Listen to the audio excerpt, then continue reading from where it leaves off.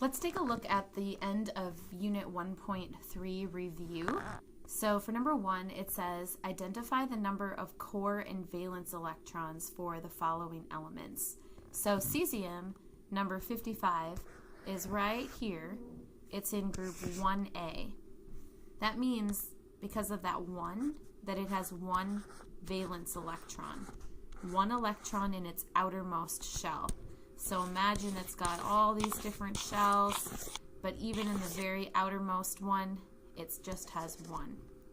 So how many are in the core? That means all the rest of these shells, how many electrons are in these shells? So we take 55, the total number of electrons, minus the 1 that's in the outermost shell. So there are 54 core electrons. How about tin, number 50? Tin is right here. It's in group 4A, so that means it has 4 valence electrons. Take the total minus those 4. It's got 46 left in the core. What element has 5 valence electrons in the third shell, or the third period? Yes. So period 3, 5A, match it up, it comes out to be element P, phosphorus. What element has 4 shells of electrons and 1 in the outermost shell? So period 4 with 1 in the outermost shell is potassium. How many electron shells does argon have? So argon is right here, number 18. Argon has 3 shells because it's in the third period. How many valence electrons does it have? Since it's in group 8A, that means it's got 8 valence electrons. And what is argon's valence shell? That just means which one is its outermost shell. Kind of a silly question. It's just going to be the third shell. All right. Draw a Bohr diagram of argon below and specify its number of protons and neutrons for some review. All right. So let's take a look at argon's square. I'm going to redraw it here. It's in group 8A, and it's number 18. It's in the third period, and it has an average atomic mass of 39.95, which rounds to 40. That's equal to the protons plus the neutrons. So if I take 40 minus 18 protons, I know that in the most popular version of argon, there are 22 neutrons in that nucleus. So let's sketch a Bohr diagram. So in the nucleus, there are 18 positive protons and 22 neutrons. And because it's in period 3, I'm going to draw 3 shells of electrons. 1, 2, 3. Since it's in group 8A, that means there are 8 electrons in the outermost shell. And the inner shell always can have a max of 2. So now, how many electrons are left in this second shell? 8 plus 2 makes 10. And so there are going to be 8 to make a total of 18. Question 4. The alkali metals in group 1A are all really reactive with water. How does this help you understand why they have this shared property? So in group 1A, that means that they all have 1 valence electron. That makes them really reactive. So because of that, lithium, sodium, potassium, and rubidium, all of these elements here, have that same property. Question 5. Which of these atoms would have a larger radius? Explain. So the first one is between beryllium and magnesium. Beryllium is in period 2, and magnesium is in period 3. So automatically, magnesium is larger because it has 3 shells. That trumps everything. It has 3 shells. It doesn't matter that it has more protons. The more shells, the bigger the atom in radius. But what if it's a tie in the number of shells? Like between beryllium, which is right here, and just across the row, fluorine. They both are in period 2. So the big difference between them, they both have 2 shells around their nucleus, but fluorine has way more protons in that nucleus. Protons having a positive charge, pulling in those 2 shells really tight because positive attracts the negative. So beryllium is going to be bigger because it has less nuclear force due to less protons pulling in the shells, pulling in the 2 shells.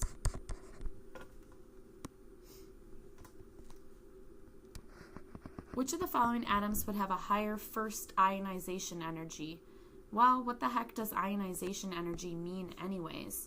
It's the amount of energy required to remove an electron from a gaseous atom. Gaseous atom. It's a hard word to spell. So basically you're figuring out which one is bigger. That's going to be easier to steal an electron from.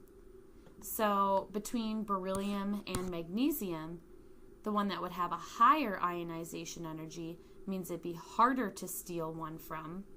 It'd be much more difficult to steal one from beryllium, because it only has 2 shells. So think of it as the parent with 2 kids versus the parent with 3 kids. It's going to be easier to take one away from magnesium because magnesium has that 3rd shell, which is further away from that nucleus. How about between beryllium or fluorine, though? Fluorine is going to have the higher ionization energy because more protons keeping an eye on those 2 shells. So between beryllium and fluorine, fluorine's got that tighter grip because, again, it has more protons in the nucleus. All right, dimensional analysis. The radius of a sulfur atom is 0.0000000000103 meters. So what is this in picometers? Well, 1 meter is equal to 1 times 10 to the 12th picometers.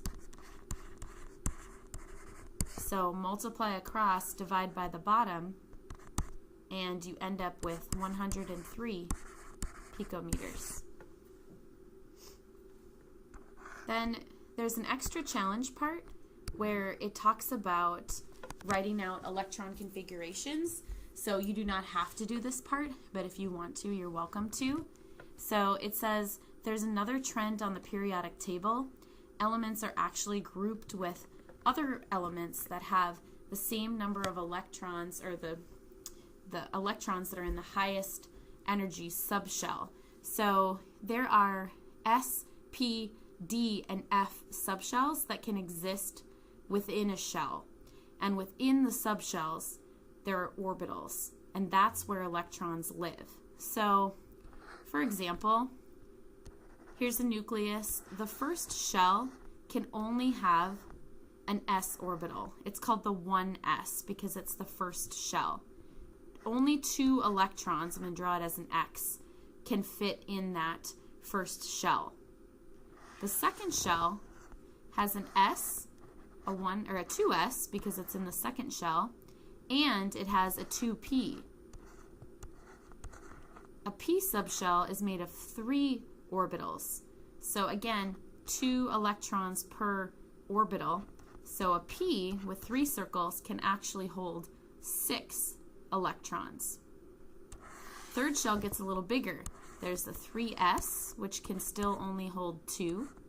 There's the 3p, which can hold 6. And there's the 3d, which is made of 5 circles, 5 orbitals. So that can fit 10 electrons in the 3d. And then, as you may guess, the fourth shell would have an s, p, d, and an f. So electron configurations are just a fancy way of writing out exactly where electrons are living. So one interesting thing is they don't fill in perfect order. Like, you might think that they'd fill the 1s, then the 2s, then the 2p, then the 3s, then the 3p, then the 3d. But that's not true.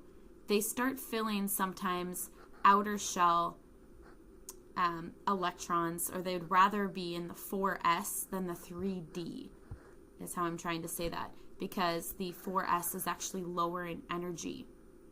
So when you see an electron configuration written, you'll see a number that's out front, and like a 4 here, that indicates the shell. So the fourth shell is 1, 2, 3, the fourth ring out. That would be the fourth shell. And then the P is the type of subshell. There's S, P, D, or F. And then the little superscript is actually how many electrons are in that subshell. Kind of helps when we start looking at examples. So here is one for helium, 1s2. And you'll notice too that the periodic table kind of reads like a book, and that here's 1, and this is the S block, hydrogen plus everything right here. Actually, I'll shade it in red. Now we won't be able to see anything, but hydrogen and helium too. Oops.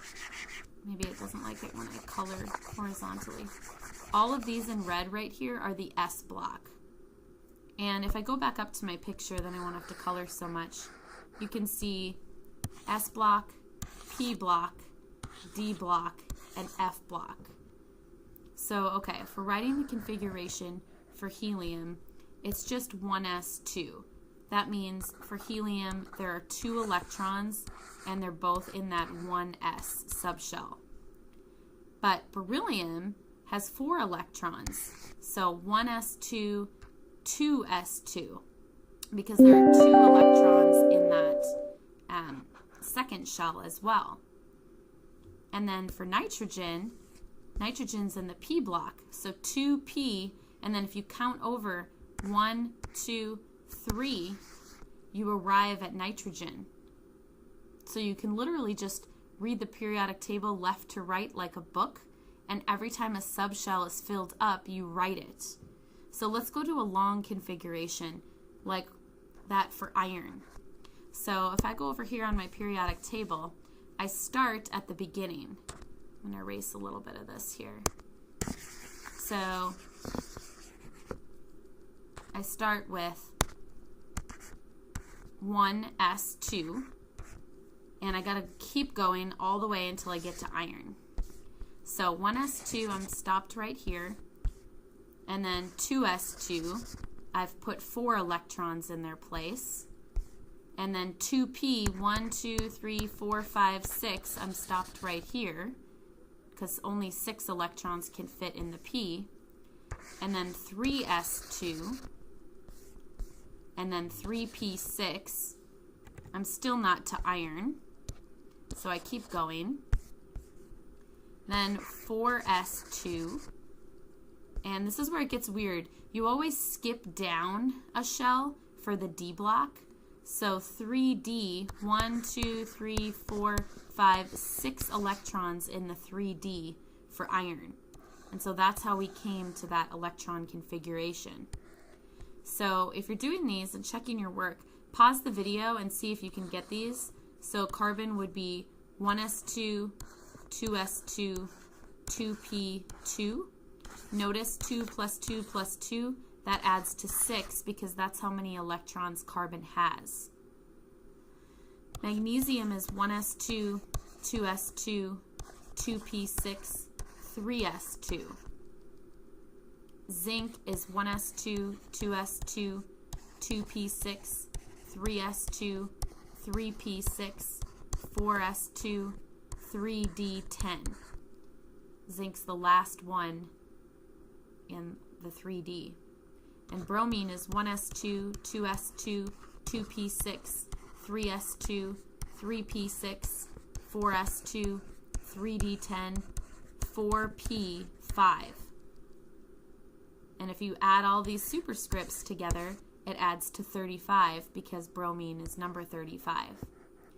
You're going to love the shortcut. So the cheat method is that you go back to the noble gas that occurs before the element you're writing the configuration for, and you get to start by writing that noble gas in brackets. So for example, for carbon, carbon's number 6, the last noble gas, which is group 8A, the last noble gas is helium.